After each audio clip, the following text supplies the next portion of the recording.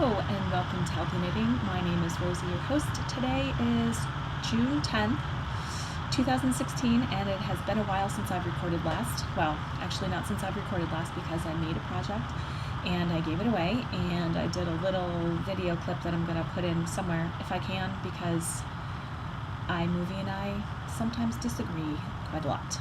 Anyway, you can find me on Ravelry as LESPETITSLUXES. There is a Ravelry group, although I am not very active on it, and I apologize because I just don't have the time to do a lot of stuff right now. Hence why I'm not here a lot recording. But guess who's here today? We've got the Bud Man. Oh, he's looking a little washed out. Hello. Buddy wanted to say hi. Buddy has not been wanting to stay in the bedroom lately. He wants to drink water out of the bathtub. He's not the healthiest of kitties right now.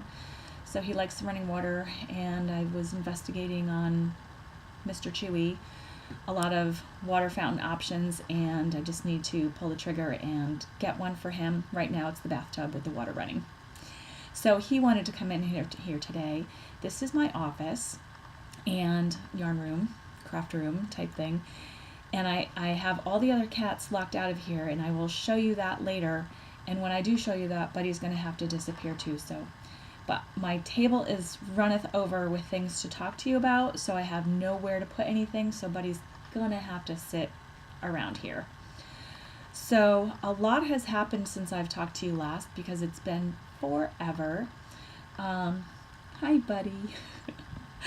But I'll do my best to stay cohesive and coherent because I know I'm gonna tangent on a lot of stuff, and I do apologize. But I've got so much, and I'm like running around the house going, what else was I supposed to tell you about? So let me tell you about a couple things before I forget. The kittens are all doing well. They're over a year old now, and one of them is trying to get in here, but they can't fit under the door anymore. There's about this much room under the door, and when I first got them, they snuck out all the time. It's so funny how big they grow, right? And how small they were. I have something even smaller to show you. So anyway, I've had some animal shenaniganeries going on around here lately. I let the cats out when I'm going to be gone, when it's a nice day, because I figure, it's a nice day, and if they can, where's Buddy? Where are you, Bud?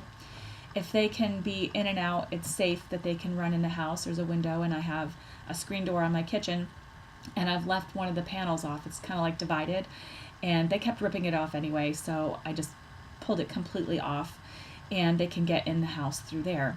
Well, I came home the other day, and the cat food bag was all over the cat food was all over the floor. The bag was MIA. It went out the door with the raccoon. I have raccoons here, and they are coming out in the day. This is the time of the year when they have their babies, and so they are more coming out during the day to find food so that they can be with the babies at night, because it's not a safe world out there for animals, especially babies, being left by themselves. And I'll tell you a story about that too. It's got a lot of animal stories. So anyway, the mother raccoons, they can't see very well. Raccoons are nocturnal, and so when they're out during the day, they're actually taking some big chances as well. They can't really see well. But the food on the back porch, I am very wooded around here. I have lots of land, not a lot of neighbors in that direction. I have like almost an acre here, but then there's like another 11 over there and 4 or 5 over here where there's nothing. So there's a lot of wild animals. We've got lots of deer, bear, turkeys, rabbits, foxes, and so tons of squirrels. Thank God they're not living in my house anymore. But anyway, so there's a lot of wildlife activity going on. And the raccoon, again, yesterday was in my house. I turned around. I got home late and left the door open. It was about 8 o'clock. I was in here doing some stuff, and I went in the kitchen, and there's a raccoon eating the pile of cat food that's on the floor, and I'm like, oh, poor little thing, though. He's missing part of his arm. Don't know how this stuff happens, but I didn't really chase them away. Raccoons don't seem to bother cats very much as long as they're not around their babies or fighting or something like that for a territory or being cornered. And I'll tell you more about a raccoon soon. But the cats are like walking around the raccoon, and I used to have I still do have the shed outside where I used to have some outside cats. Everybody's been moved. Actually, I don't have any of those cats anymore. They're all gone. They've gotten old, but I used to have a farm and a barn, and so they didn't behave well in the house. So they had a shed where they lived, an outside area that they could go in and out of. And there was always a raccoon in there every year who got free food and shelter and lived with the cats, no problem whatsoever. So as long as they're not rabid or anything, it's not a problem. And like I said, if you do see a raccoon out during the day right now, and also foxes, it's not because there's something wrong with them. It's because they're trying to get food for their children. So that's how it works. So anyway, the raccoon situation, I don't know what I'm going to do with. I don't really want the raccoon coming into my house. It's not really a good idea.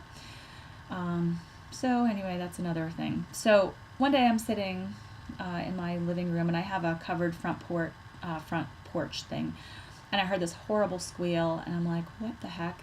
It was a raccoon, and unfortunately one of the squirrels had put her nest of babies in the eave, and the raccoon went in there, and I go out there, and I'm like, what the heck's going on? The raccoon's squishing itself in between, because it comes down into a little point, squishing itself as far into that little corner as it can, and meanwhile there's a squirrel in there with a baby.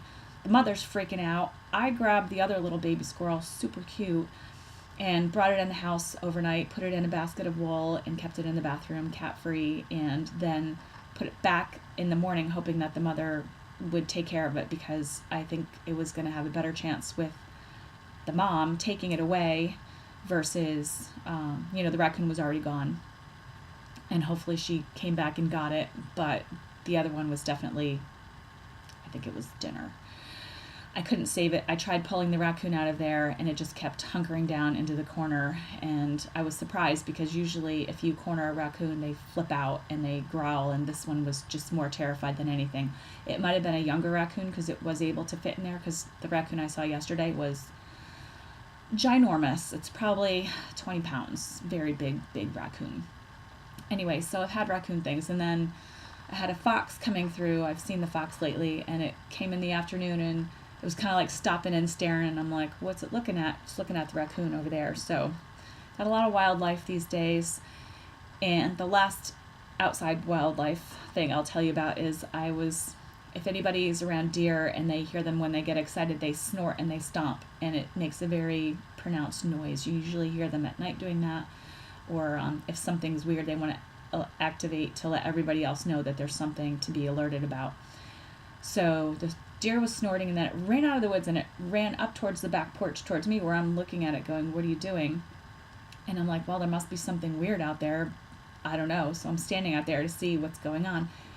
And then the deer took off, and my cat goes running after it. So my cat was chasing a deer. I think they all get along now because the deer's been in there and they're hanging out together in the backyard. But really, cat? Leave the deer alone. So anyway, so that's it for animal stories right this minute. Let's get to what's off the needles. So I made, why isn't it not here? Hold on, I need to add this to my thing here. I made a blanket for my friend who had a baby. It's so fun to do baby knitting. I'm really excited about making some more things. Where is it? I just put this, you know what? Okay, so I had it on here, and then I deleted all the Ravelry. It's called the Opt Art Blanket. You'll see it later. Maybe I'll try to stick it in now, so let me just give myself a note. And then you should see that.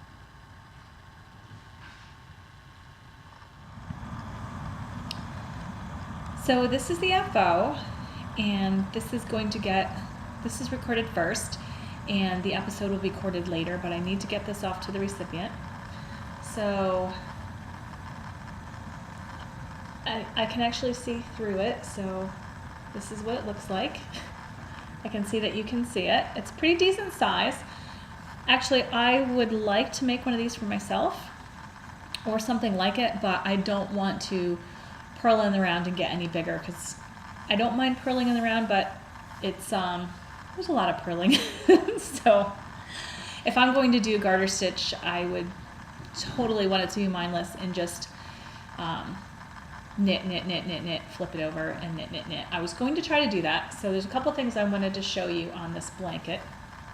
It does change colors, and obviously you can see it striping. I'm trying to keep it clean and cat free because it's already been through the wash. This is Miroslav Sampa cotton. Can you hold on, please? Organic cotton in 2 colors, and one's blue and one's gray. I don't know what they are other than that. Where's my...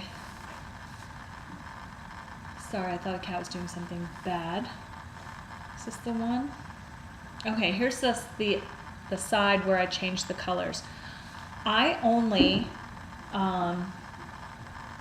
changed colors at the beginning, and then, so I did this little square, which is not quite right, actually. You're supposed to be a smaller square, but I didn't read the directions, like always, and then I did a little bit, and I'm like, well, it's all right, let me just keep the square in the middle large. And you can kind of see where I held the yarn on the side, and then I tried to change the way I did it so that you really couldn't see, let me hold it up this way, the changes. I didn't want to have 50 zillion ends to weave in.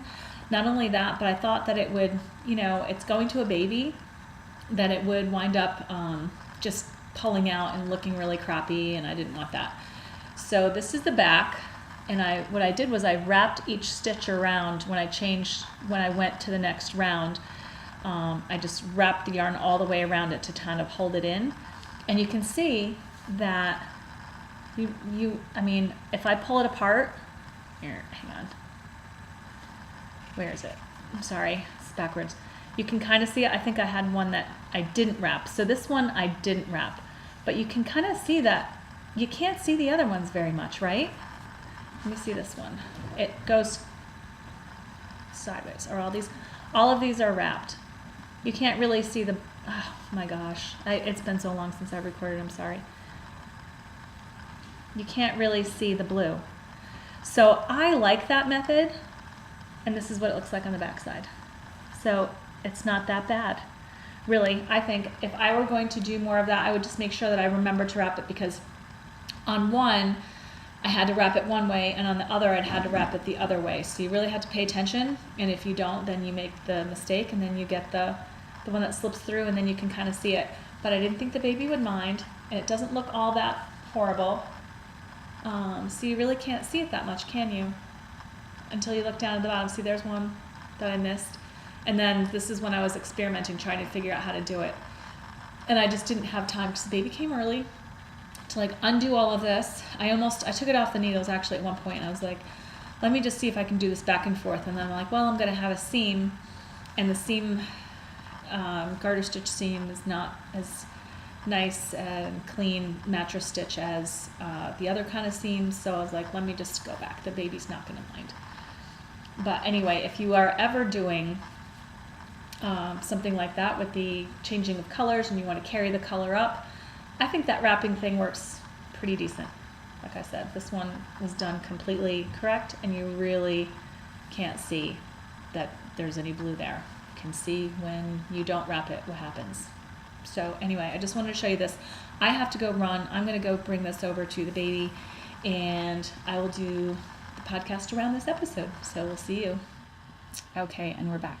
So what's currently on the needles is, let me pull this up here. It's the Sochi shawl, and I will show you what that looks like. I am making it out of Noro crayon sock, and it is by Aspen Knits. Let's see how we're doing with the lighting today. Okay, so you can see that. And it's a super fast, simple 8-row repeat, which goes by incredibly fast. I'm not exactly sure. These are, you all know what these are, signature needles. It's either a 5 or a 6. I can't see it right now because the light is not good. Oh, yes, I can. It is a, well, why do they do it like, it's a 5. And this is with the ball, how much yarn I have remaining. I haven't weighed this, so I don't know how much I actually have in here so far, but I just started this the other day, and I knit on it pretty much in one day, and then I haven't really had a chance to pick it up since. but it's super cute. I like it. The yarn, I bought about 5 balls of this, and honestly, I don't think I will buy it again. It is a single, so there's a lot of energy in the yarn, but it sticks to itself, and it kind of is a pain in the neck. I'll probably change my mind after when this is all blocked and I go, oh, I really like the finished product, but I don't know, it's kind of a pain. So I wouldn't make socks out of this at all, seeing that it's a singles, and although there is some energy in here, I just don't think it would wear very well. So when I bought these, the intention, did you see that? It looks like something fell down. Oh, buddy. Hi, baby. The intention was to make shawls and things like that. And I've seen some really pretty ones. I have a neutral one, I think, and I'm going to mix it once, another one, so that there's the striping. Where are you, bud? So that is the Sochi shawl by Aspen Knits. So let me put that over here.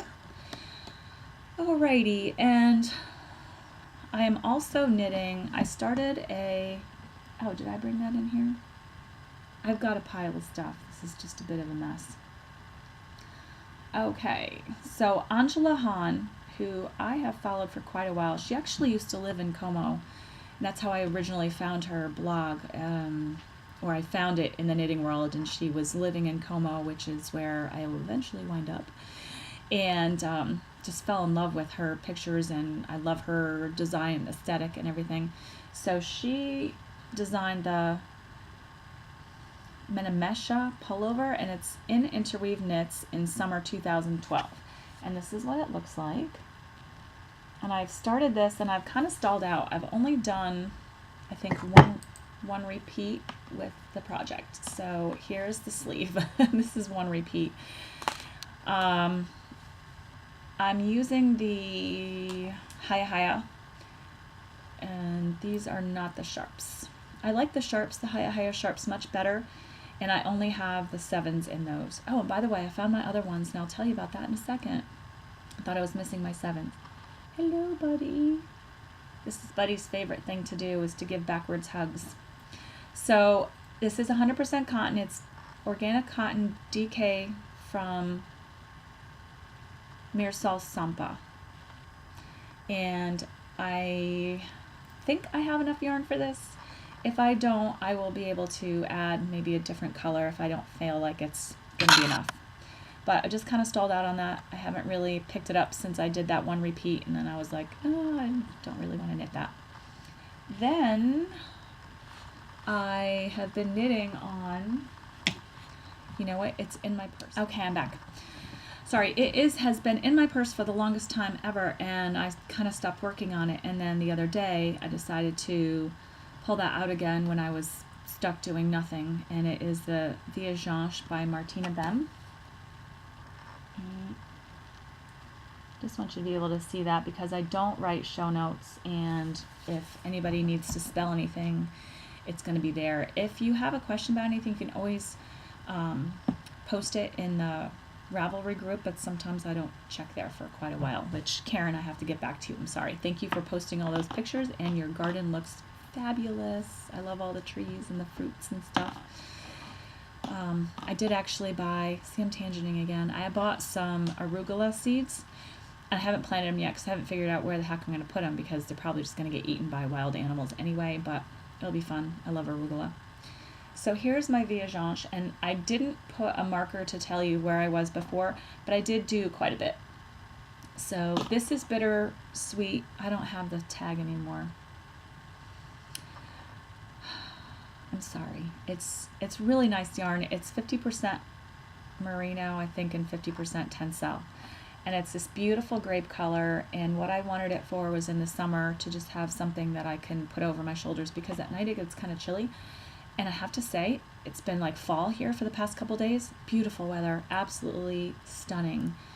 And I do kind of like it a little on the cooler side with a breeze, so that you can work outside and move outside and not be sweating to death. I don't have air conditioning in my house, so it is a big plus to have it a little cooler. I do have the Greenery air conditioning system around here, where I have a lot of deciduous trees, and actually some others that are not around my house, that keep it a little bit cooler, because the sun can't really get here, which is another reason why I don't have a garden. too much shade, and then too many wildlife animals who would like to eat my food. So this is how far I've gotten so far.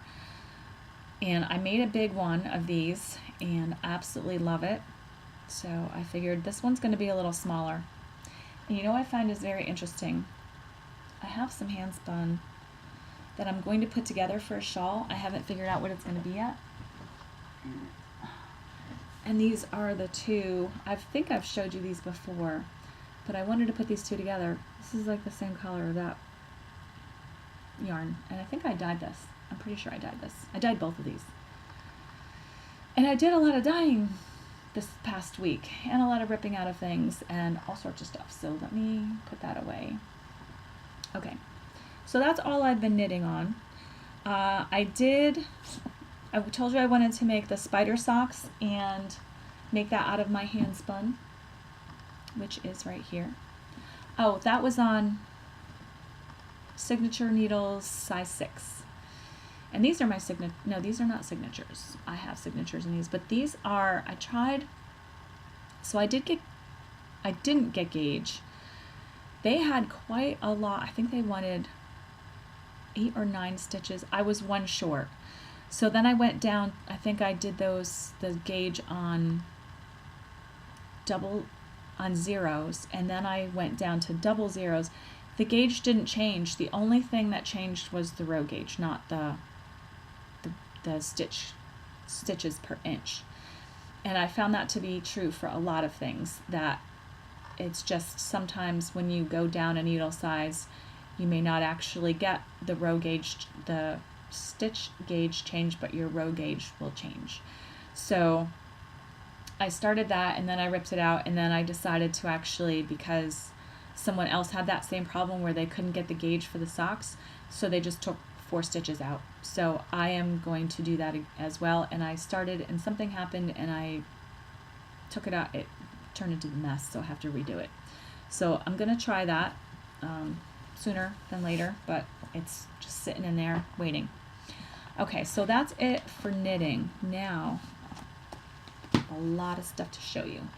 So spinning, I finally finished this, and this was something that I hand dyed as well. This is merino and tencel. It's the same thing as this one here, except this is more like a sport DK weight, and this is a lace fingering weight. It's kind of in the middle because there's little pieces that are not exactly perfect. Some of the ply didn't ply exactly perfect, so when I knit it, I'm going to have to roll it and add some extra twists into it. So most of it is twisted just fine, and then there's a whole portion that was not. So I don't know what happened. I'm not sure what I was thinking. Maybe I wasn't thinking properly. But it's super soft. I do like the merino tencel blend. It's a little heavier weight than just plain old wool. Tencel, I feel, is a heavier, denser fiber. But this is going to be a nice shawl. It's just a 2-ply. And I think I spoke with you before about spinning, that I wanted to be a more intentional spinner. I want to specifically figure out what I want to make with that object before I even put it on the wheel. Now, most of my fiber is washed. Some of my fiber is prepped, some is not prepped, some is dyed, some is undyed, and I really wanted to make the effort to figure out what I wanted to use with these things. There's a cat outside. So I went through all my fleeces downstairs and kind of separated things, got some more buckets and put things in its own little thing and separated by color. 'Cause remember, I bought a lot of Icelandic wool, and there were some black and white fleeces, some pure white fleeces, I think 1 complete black fleece, and 2 Moritz. I mean, I got a lot. And I think what I'm going to do with the Icelandic, because there is the definite difference between the two types of wool on that sheep, I am going to pull as much of the long ones off as I can. And I think I'm going to make something like a rug or something out of that. Maybe something that the cats will sleep on. And I want to keep that nice soft downy wool and make something out of that and spin that in a manner of ways. I want to try for the really short ones. I think I'm going to do some woolen spinning, and then for the longer ones I'm going to comb it and make some worsted. So the other thing that I want to do is play around with the differences between the types of spinning and the fibers and see what happens. I had a little itchy. I had been watching, I bought a bunch of spinning DVDs from Interweave, or not DVDs, but the downloads. And I've been rewatching some of those, and it's been really fun. Judith McKenzie, if you ever watch or read her book, she is a wealth of knowledge. She's just incredibly, she's just like an encyclopedia, and she'll tell you all the great things about what particular breed works well with what type of spinning, and how you can get different characteristics in your yarn by spinning it a little differently, whether you're spinning it completely fully worsted, or you're doing a semi-worsted technique with over the fold, or if you're doing woolen, semi-woolen. And that's the thing I'm really interested in right now, is I want to do specific spinning, and I want to see what the types of differences are with what I can get versus the preparation and how it's getting spun and everything like that, and the plies. And I really would like to try cabled yarns, where you spin singles, ply the singles, and then you're plying again to make a cabled yarn. Over there in the corner, you can't see it. Let me just see if I can just do it. See all that wool right there? That is all carded now, and that is one whole fleece that I bought at the New York Sheep and Wool Festival. It was a very highly check-marked blue ribbon fleece, and I think I've talked about this. It really wasn't. There were a lot of breaks. There was a lot of there were bits of second cut in there that I had to pull out, but there was some wool breakage where if you pull on a lock, it should not break apart, and some of this did. So I decided not to do any of that combed. I put it all through my drum carder, and it's in 4 separate piles of colors, as I did separate by color. So I'm going to make oh gosh, I didn't even pull it up. I want to make the Orangina sweater. I think that's how you say it, and it's beautiful orange in the picture. It's a Knitty, a pattern from Knitty that's for free, and I have seen some that people have done on Ravelry that have used natural colors, and that's what I'm going to do.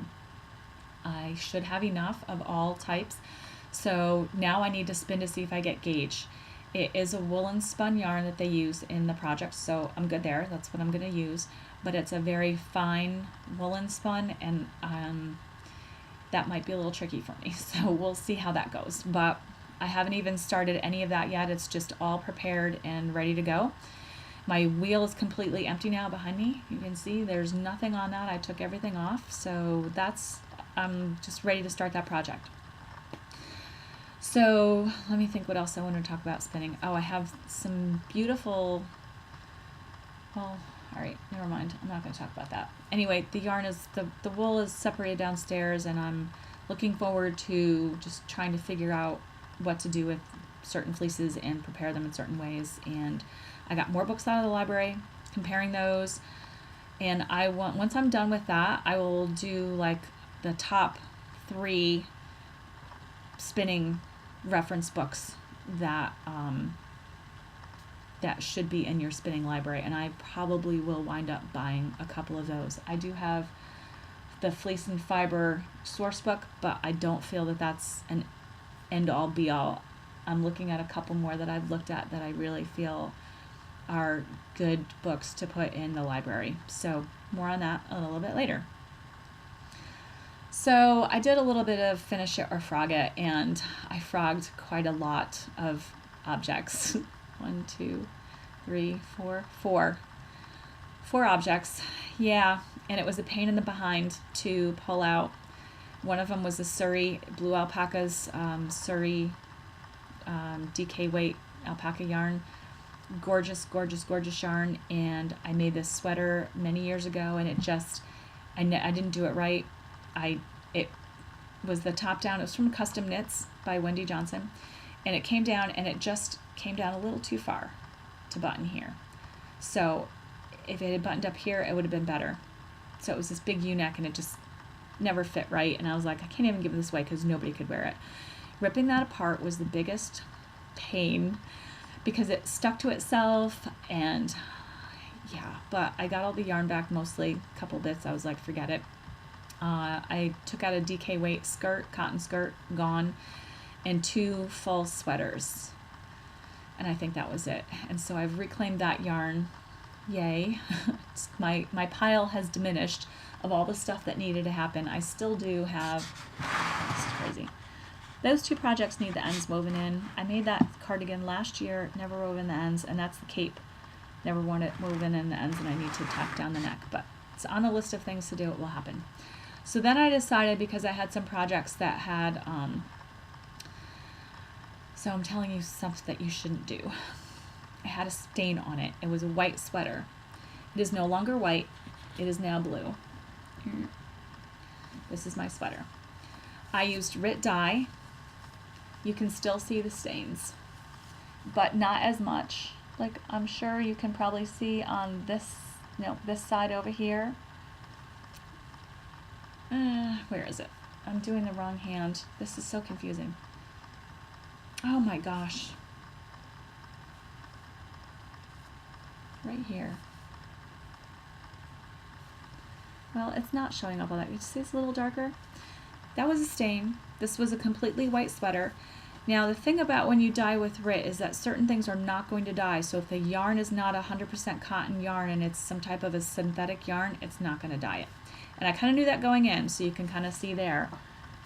The stuff, the reinforcement around the neckband did not dye, but this is not that big of a deal. I think if I think I've already worn this, and then I've just worn a scarf over it. Distracts from everything. Scarves are great at that. They are perfect for distraction. So that's a cardigan that I've had in my closet forever that I have not worn because I can't wear white. Oh, the other thing is that the yarn did break, and I have a couple of red spots too. So I used blue 100%, and I followed the directions. I did actually wet this quite a lot before I put it in there, which is key, and I will show you why in a second. So I had intended on doing that and also dyeing this cotton top that I purchased, wore once, and got a stain right in the front. I don't know why I really should always just wear dark colors because I seem to stain all the lighter colored ones. So anyway, the dyeing came out fine. I think there are a couple spots in here, but you can still see the spot as well. And of course you can't see it right now because I'm trying to show you, but there is a spot, and there's a couple of red dye breaks on there. And I did really heat the dye and stir it enough. You have to add salt to cotton, and I did that too. The amount of dye that came out of this when I washed it out was ridiculous. I don't really like RIT dye, and I probably am not going to use it ever again, although I do have a little bit of a red color left over. I bought blue and red, and I was like, well, at least I can change some colors and do something if I wanted to. So the amount of dye should have dyed these and exhausted. It did not, and I was like, holy cow, I don't want to dump this down the drain. That's not good. So I started going to my closet and grabbing the cotton things that I had in there that I'm like, well, the color, whatever, I can just over dye it. So this was a bright neon as that is, yellow shirt. And I threw that in there. And this is now this muted green, which I like better. I don't look good in yellow. I don't know why I bought it. So it's just an exercise shirt. I think that's probably why I bought it, because it's just an exercise shirt. But now it's got an accent of bright yellow on this muted green. Not something I will probably wear in public, but if you're exercising, who cares?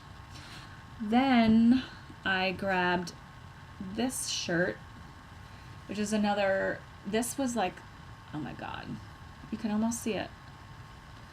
This was another weird color. It was kind of like a limey yellow, soft neon, but I didn't wet it enough, and you can see how the color is totally different throughout this. And that's because it wasn't thoroughly wet. And So this is something that I will clean the house in. I'm not even going to bother over dyeing it. The yarn, it was still not exhausted. Now, it really should have exhausted by this point. So then I grabbed this shirt, which was an orange, and I don't really wear orange either, but when I bought this, I didn't really realize it, and I was going to give these away, and then I'm like, I kind of like them, so I over-dyed this. And I now will wear this, except for you can see that the band, the color around here, is almost that orange color. You can't really see it that well because the light is weird, but that reinforcement thread didn't dye, and again, red spots. And I think by this point it was kind of dying out a little bit, but I threw in, I got this. I love this top. It was pure white, and again, why did I buy a white shirt? Because I got a stain on it, on the collar, and I couldn't get it off. And you could see it because it was on the inside. So then I added this and this top. This was blue and it had white flowers, and I didn't really like this anyway when I bought it, but I bought it for a specific reason. It's full of cat hair, by the way, because they knocked it off the chair and laid on it. So I'm not really going to show you. So anyway, I didn't like the starkness of that, so I'm like, well, let me just throw that in there. And then this was when it went in, it turned into this beautiful like fuchsia type color that I really like, but then when I pulled it out, it wasn't dark enough and it was looking really weird. So then I added some red and threw that in, but because this wasn't completely wet when I put it in, it dyed strange. So you can see the different color where it struck first and then it didn't. And so I think I have worn this already. It's so comfy. It was a cold day the other day, and I was like, oh, this lovely cotton sweater. So I don't know. I might over dye it again. I don't know. Or maybe just wear a scarf and be done with it.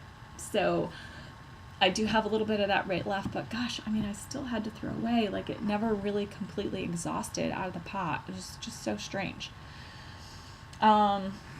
Okay, so let me get rid of that. So anyway, that was my dyeing with RIT. I prefer to dye with acid dyes or the natural dyes if I can. And natural, I mean the greener shades. I haven't really done natural dyeing in 20 years. It's been a long time. So anyway, I wanted to show you something that I did. I'm going to have to take a picture of it and show you probably next time, something that I did in my closet because I had a lot of jewelry and I wasn't wearing it because I couldn't see it and it was just all jumbled up. And so I made this. I bought this little frame. I made 2 of these. It's not perfect, but just to give you an idea of some of the things that you can do. I had some mesh screening and I stapled it, and I started using too big of staples so they pop through the front. But these are all the earrings that have been made by my friends, and I just got a new pair of earrings from Maureen. Cute little things. So anyway, if you have a lot of earrings and you want to see them, you can do something like this. Now, what I did in my closet for the bracelets and the necklaces was that I hung up from 3M makes them, and you put a little, you rub everything with alcohol to clean it, make sure it's really clean and no grease and everything. And then you put a little adhesive strip, and then you peel off the other side and you stick the hook on it. And then when you want to release the hook, you just pull down on that little tab and it will come off, and they're super strong.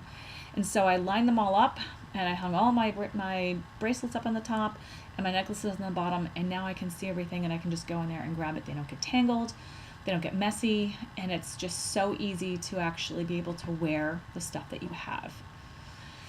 Now that's fabulous. So as far as art goes, I did make some more minis. They're over there and I don't really want to go grab them right now, but I just thought I'd show you what you can do with these little minis. If you ever have like little things that you want to present, or I find that framing things, it just makes it so, oh, I have something else to show you. I'm going to have to bring my computer over there. When you just put them together in little groupings, it kind of makes it, and you can't even see the colors, heaven's sakes. But these are just 3 little sunset pictures that I did, and they sit on my desk now. And it's just kind of fun to see see art, whether it's your own or somebody else's. So I'm going to take you with me over here. Ouch. Hang on, I've got to undo the plug. I'm trying not to step on stuff. Okay, so here is, do you remember these prints? I bought these at Rhinebeck. Well, I framed them. Aren't they beautiful?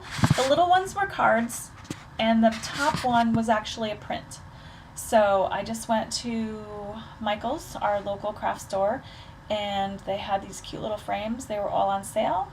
I think half off. Yeah, they usually have really good sales. And so I just grouped them together. So now I have the little welcoming sheep committee when I come through the door. All right, so let me see if there's something else here that I wanted to talk to you about. So I bought some new art equipment. I bought pastels, some pastel paper, and some pastel pencils. And so far, the pastel pencils are awesome. They're a soft pastel pencil. They're so gorgeous. And the new soft pastels that I bought were really nice too. They were from Art Spectrum. I bought some new paper and I haven't had a chance to try it out yet. But I will. I just need to get some inspiration of a photo that something that I've done that I really want to put down and interpret into the pastels. There's a pastel competition coming up that I'm going to do. I think I've talked about that last year. I missed the deadline, and it has to be your own work.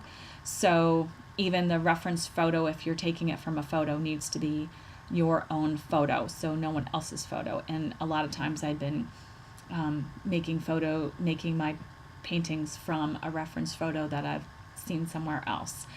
And that won't work for the competition. So I need to get that going, and hopefully I'll like my new papers and I can submit something in one of those. And I moved all of my pastels from a multitude of boxes into 3. And I do think that that's going to work out much better. You do it by color and by value. And a lot of you may understand value when you talk about stranded knitting, because you need to have a value difference. Otherwise, you can't see the difference in the...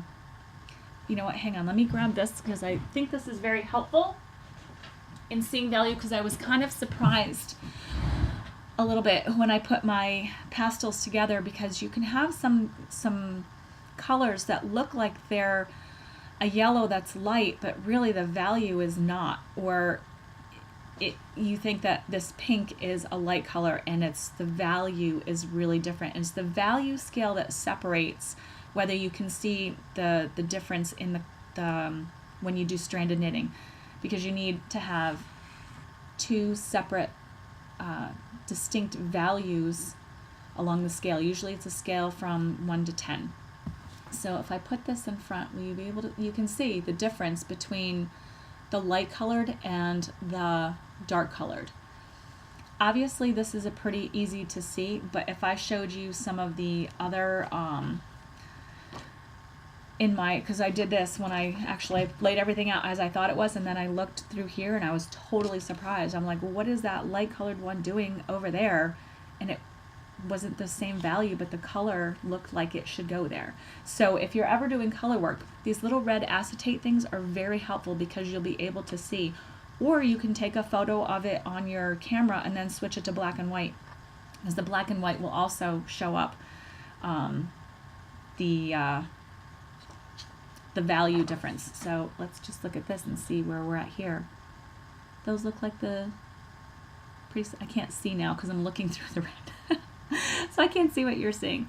But it's just very interesting when you peek at the value, and value is very important if you are a painter, because the value changes is really what makes your painting come alive. If it's all the same value, it's going to be a snooze fest. You won't be able to see the difference in anything. So anyway, on to other animal shenanigans. So yesterday when I came home, I saw this little baby mouse in the middle of the living room floor, and I'm like, oh my God, the cat brought this in, raided a nest, what the heck now? I'm looking all over the place trying to figure out where it came from, brought it inside. It started to attack me at first because it was a little scared, obviously, because it was just in a cat mouth. Thank God they didn't kill it. And then they're all like by the refrigerator, and I'm like, what are you doing, you know? And then I see this little baby mouse working its way from the back up to the front, and I scooch it out, put it with this one, and then I'm like, great, I've got mice behind the refrigerator or something. Now, I didn't want to pull the refrigerator out if they were in the middle of it, because then I would roll over them and that would have been really horrible. So I was looking under there, full of cat hair. If you ever have animals, you got to clean under your refrigerator a lot, I think. So full of dust bunnies. I cleaned all that. I didn't see anything. And I'm like, well, if it came from that side, it really had to be on the outside. So I pulled the refrigerator out. 2 more baby mice. So now I'm like, I gotta leave, gotta go to work. I'm like, what the heck? So I stuck them in this little box. And I had a bunch of wool in there, and I stuck them in, and I was like, I think I tried to feed them before I left, because I had, from when the kittens were kittens, I still had the dry cat food formula in the little can, and I reconstituted that and tried to feed them. They ate a little bit, stuck them in the box, and I was like, all right, I gotta go. So when I came home, then there's a big dead mouse on the floor. I'm like, great, that was probably the mom, and they've killed her now, and now I have to be the mom, because I can't just put them in the back of the refrigerator, because apparently these little guys are on the move. Their eyes are still closed. So I'm going to show them to you. They're super cute. And they have been drinking milk. I have a little milk chopper, and if all of you say I'm crazy, I don't want to hear it, because how can you kill a little baby? You have to do something. I mean, I can't just put them out in the woods. There's nothing else to take care of them. So I am doing my best to be a mom. They're super cute. I have them, it seemed like they were a little cold this morning, and even though I have them in this wool box. So I have this Angora, what is this called? A little cuff. And so they're all in here. Look at how cute. They're so adorable. And so it's going to be time for another feeding here in a minute. I'll take one out for you to see. Hello, sweethearts. I gave my heating pad away, so I don't have a heating pad. But I think I need to like warm them up a little bit more. I tried to get one of those little break it heat things, and then they warm up, but it wasn't at the store this morning. It's early. It's not. It's 8:30. The drugstores aren't open. But these are little guys. Look how cute they are. Their little face. They're so stinking cute. It's ridiculous. And they like to be petted, and oh gosh, they seem so cold. And they're in this snuggly bit, so I don't have a hot water bottle either, so at 9 o'clock I'm going to go out and see if I can they didn't have a hot water bottle at the grocery store this morning. I'm going to try to warm up my hands and warm these little guys up, and then get a hot water bottle or one of those little breaky heat things and stick it under them. And then just keep trying to feed them more milk, and they will kind of drink off the syringe and off my hand, and I don't know how old they are. They're like this long, but they're so cute. Once they're fine and they're on their own, I'm going to put them in the shed. I have that shed out there, and anytime I found a mouse in the house that the cats have not killed, I just stick it in the shed. My house was made in 1928, and when I bought the house, it came with a cat. Well, the cat went with the person, but they left the cat in the house, and I know why, because there's mice galore, and I have a lot of cats, and so you'd think that would deter a mouse from trying to do this type of thing, but apparently it does not. Some mice are not as smart as others. So, and I did have I had a chipmunk in the house the other day, because I leave the doors open, and I had the door closed, the screen door, the other door was open, and I saw this thing run out, go to the door, and then turn around and run right back, and I'm like, great, now what? So I opened up all the doors, and tried to shoo all the cats into the other room, and hopefully it left, because I don't know. I don't smell anything dead. This was over a week ago. Animals just like to come in my house. But anyway, that's the little mice, and there are 4 of them. I hope that they're going to make it. I really do hope they're going to make it, because they're so cute, and I don't know what to do. I'm going to do my best, but I don't, it's probably illegal to feed wild animals, but what am I going to do? Sometimes you just got to do these things. So anyway, I think that's it for now, and I apologize for not getting back here as quickly as I could. Oh, what are you doing? I think they need to get fed. This one's trying to climb out of the box. All right, so I'm going to run, and I'll talk to you later. Thanks for watching. Ciao.